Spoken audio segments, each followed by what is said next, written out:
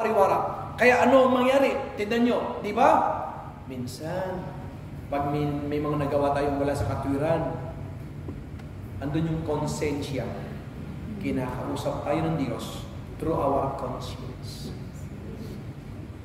Pag sinasabing conscience, yung Holy Spirit nangungusap through doon sa ating konsensya.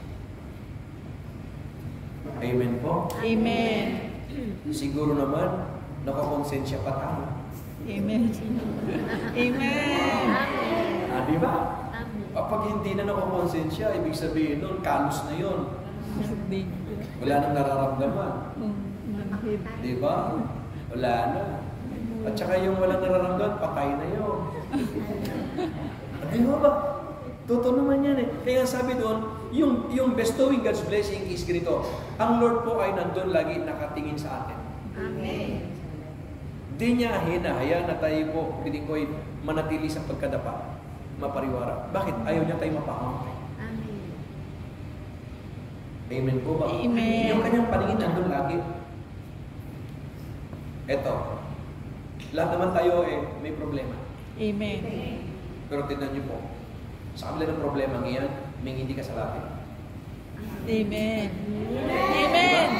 Sa problema ngayon, nandun yung binibigyan ng Diyos ng solusyon kagad yung problema. Amen. Hindi hinahayaan ng Lord na ikaw ay magapi ng problema. Kaya sabi ng kanta, Hallelujah, kailanman huwag pabayaan ang diablo'y lumadlang. Problema ay dumarating, itaas ang kamay at magpuri. Hallelujah, kailanman. Di ba? Pag may pagsubok, tumingala ka sa langit, nagpuri ka, pupunta ka ng CR eh. Di ba? Mananandun yung mag-praise and worship ka sa CR. Kasi marami sa atin dito, katulad ko, alam niyo po, pag CR lang ang Moses eh. Saka yung parang nag-open yung tune ng ating boss pag nasa CR, pag naliligo, yun na yun. Uy, napapakanta tayo, di ba? Amen? Pero yun nga, yung gusto nating sabihin po dito mga kapatid sa Panginoon na sa kabila po ng naranasan po natin, nandun po, kinakalinga tayo ng Diyos. Amen. Di ba? Kinakalinga po tayo at talaga namang pinapasigla ang ating kalooban, pinapasigla ang ating damdamin. Amen. Pinapayapa ang ating mga isipan. Bakit? Kasi nga po, true po doon sa kanyang patuloy na pangungusap, sa kanyang pagpapahayag, sa mga dumarating na mga pagsubok o problema sa buhay, nangungusap siya. At pati sa kanta ay pinapadaan ni Yahweh yan, pinapadaan ng Diyos. Ang kanya pong gustong iparating sa atin na maging at peace ang isipan sa magitan ng kanta. Amen? Hindi naririnig natin dito. Abay, bumubukal sa ating isipan, sa ating mga puso. Yung kanta na yon at mamaya payapa na ang ating kalooban. Amen. Yun ho ang Diyos eh. Di ba? Napatuloy po niya, nandun siya, na lagi siyang tumitingin sa atin. Hindi niya iwinawaglin o winawalay ang paningin niya sa atin. Again, He is there, look after us. Amen. Kaya sabi doon, di niya tayo iniiwan, ni pinababayaan. Amen. Amen po? Amen. Hindi nagpapabaya ang Diyos. Diba? Yung blessing po ng Lord is hindi lamang po siya sa material at pinansyal na bagay. Yung kanyang pag-iingat, pagpapala po yan. Amen. Yung kanyang gabay, pagpapala po yan. Yung kanyang proteksyon, pagpapala po yan. Minsan kasi ang marami sa atin, pag sinabing pagpapala, focus more on blessing na material o pinansyal. Hindi ho. Alam niyo po ba kung anong pinakadakilang pagpapala na natamo natin, yung greatest blessing? Alam niyo kung ano? Yung tayo ngayon ay nasa gawain ng Diyos. Amen. Yung greatest blessing na yan, yung may binago sa atin. Amen. Di ba? May binago. Parang di kayo kumbinsido na may binago. Ano ba yan? Yung tingin nyo eh. Yung may binago. May binago ba sa atin? Amen. May binago ba sa atin? Amen. Salamat sa Diyos. Totoo po yun eh. Amen. Kasi, we have to accept the fact Iba tayo dati. Amen. Kung mag-react, wagas. Di ba? Nako, kung mag-react, wagas. Akala mo, di ba? Ay, lintik lang ang walang ganti. Pag may marinig lang na ano, nako, nag-outburst na, nag-erupt na. Pero ngayon, mahina. Wow. Mahina na nga ba? Amen. Sige nga, sige. Amen. Palapakan natin ang Panginoon. Di ba? Yun yung pagpapala ng Diyos. Kaya ulit ko, ang pagpapala, mga kapatid, ay hindi lang yung punong-puno ang wallet mo ng pera. Hindi yung mamaya-maya nagpalit ka ng libreta. Pasubok mo bakit? Wow, panay ang pasok mo sa bangko. Hindi yun yung amount ng pera mo sa bangko ang pagpapala. Hindi yung kung ilan yung naipon mo sa Pilipinas. Amen. Hello, ang tunay na pagpapala, ulitin ko po, pagbago ng buhay. Amen. Amen. Isa pa, ang tunay na pagpapala, kapayapaan sa isip. Amen. Yung apis ka. Kaya sabi dati kanina, problema ay dumarating, itaas sa kamay at magpuri. Hallelujah, kailanman. Di ba? Ano nga yung kanta kanina na yung joyful? Malaya. Malaya, malaya, malaya, malaya. Huwag niyo naman akong, ano ha, please don't get me wrong po sa iba.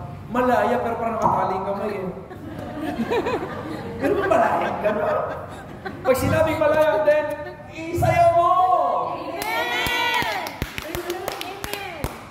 Merong anong nakakuha na may sinabi, tulad ng agila tayo ay lilipad, di mapapagod ating mga agila, pero alam niyo nung sumayo parang kwek-kwek na pinili.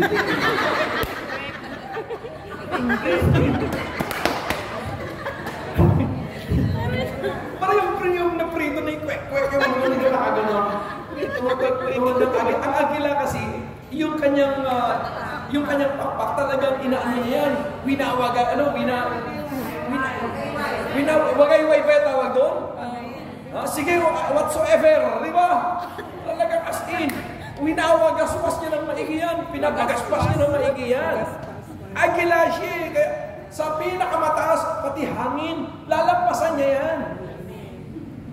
Tapos tulad ng agila, pero wag ka, parang napritong pek-pek na nagagano. Hello! Alam niyo na kung ano yung sayo ng agila, ha? Tapos malaya. Ano ba naman yun? Malaya. Hindi! Ang malaya po ay naroon, wala siya sa selda. Hindi nakagapos ang kamay. Ang malaya ay ano? Nakikita ng tunay na paglayang siya ay nagbubuti. Ayun po, hindi tayo makwek-kwek, ha? Ano, parang balot, ano? One day, no? Hallelujah. Palapakan natin ang malakas na ito. Sabi natin ko, pag sinabing pagpapala, is nandun yung sinasabing ang tunay na pagpapala ay may kapayapaan sa isip. Amen. Ang tunay na pagpapala is yung may pagbabagong nangyari at naganap. Amen. Amen. Yung tunay na pagpapala, mga kapatid, is yung nandun yung fullness of joy. Amen. Maski sa kabila ng mga pagsubok, nandun siya. Amen. May kagalakan. Amen. Diba? Yung tunay na pagpapala is masasabi natin, oo, may mga minsan, tanggapin natin yung realidad, may nararamdaman. Pero alam niyo po, andun pa rin yung nagtitiwala sa Diyos. Yes. Ang pagpapala ay may pagtitiwala. Amen. Amen po ba? Amen. Bakit? Kasi, again ha, yung bestowing God's blessing, ibig sabihin, our God is there, look after us. Andun siya, laging tumitingin sa atin eh. Hindi niya inaalis ang kanyang paningin sa atin. Maski sa kabila po ng ating mga tinatawag na pagkakamali, nandun ng Diyos. Hindi siya nagpapaya. Bakit? Tignan niyo po ang mga Israelita. Now, sa istorya po ng mga Israelita po, nung sila'y naglalakbay, Dumating po yung point na gusto pong ipasumpa ni Balak. Si Balak ay isang hari. Kay Balaam, si Balaam ay isang propeta. Yan po ay nasa Numbers 22 and 23. Now, itong mga Israelita on their way po doon sa lugar pangako is gusto nga pong kumbaga, nabalitaan ni Balak na natalo ng mga Israelita ang kanilang mga kalaban. Lahat ng mga humarang sa kanila natalo ng mga Israelita.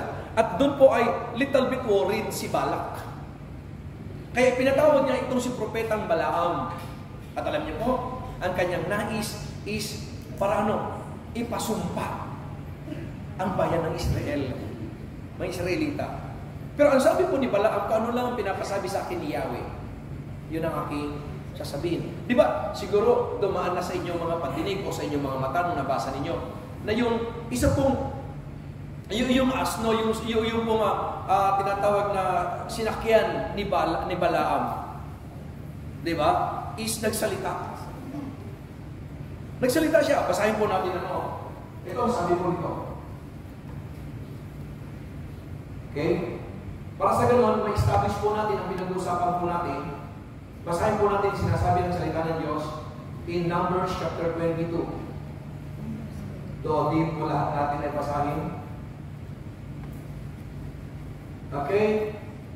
In verse 2, ang lahat ng ginawa ng mga Israelita sa Amreo ay hindi lingid kay Haring Balak na anak ni Zippor. Ngunit hindi siya makakilos laban sa mga Israelita sapagkat napakarami ng mga ito. Natakot sa mga Israelita ang mga Moabita sapagkat lubhang napakarami ang mga Israelita o ng mga ito. And then ang sabi po, nagsugo in verse 5, nagsugo si Haring Balak kay Balaam na anak ni Beor sa bayan ng Petor sa may ilog Euphrates sa lupain ng mga amaw.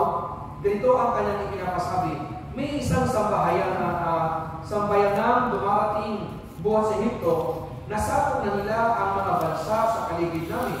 Malapit na sila ngayon sa aming lupain. Andun yung takot po nila. Now, mag-jump po tayo. At dito po is yun na dahil pinapupunta ni Balak si Balaam, itinanong ng Diyos kay Balaam, sino ba yung mga taong yan? Nakasama mo sa kanyang sagot si Balaam, mga sugo po ni Haring Balak ng Moab na anak ni Zippor. Gusto niyang sumpain ko in verse 11 ng Bilang chapter 22, sabi niya, gusto niyang sumpain ko ang sambayanang galing sa Ehipto, sapagkat nasakop na ng mga ito ang halos lahat ng lupain sa paligid. Baka raw po sa ganong paraan niya may taboy sa malayo ang mga iyon. So ipinapasumpa ni Haring Balak kay Balaam ang mga Israelita. Ito ngayon, sinabi ng Diyos kay Balaam, hindi ka dapat sumama sa mga taong iyan. Huwag mong sumpain ang mga taong tinutukoy nila sapagkat pinagpala ko ang mga iyon. In verse 12, ang sabi ni Yahweh, huwag mong sumpain ang mga taong tinutukoy ng mga yan. Bakit? Ang mga taong yan pinagpala ko. Listen up. Sa lahat ng mga manampalataya ng Diyos at nananalig sa Panginoon, in particular, sa may magandang puso sa Diyos, walang anumang gawang sumpa ang makapananaig sa iyo. Amen! Kaya dapat ang mga salita natin kanina is words of blessing. At kung mayroon mang magsalita ng laban sa atin, walang effect yun. Amen! Especially po, ulitin ko sa may mga magandang kaloobang anak ng Diyos. Amen!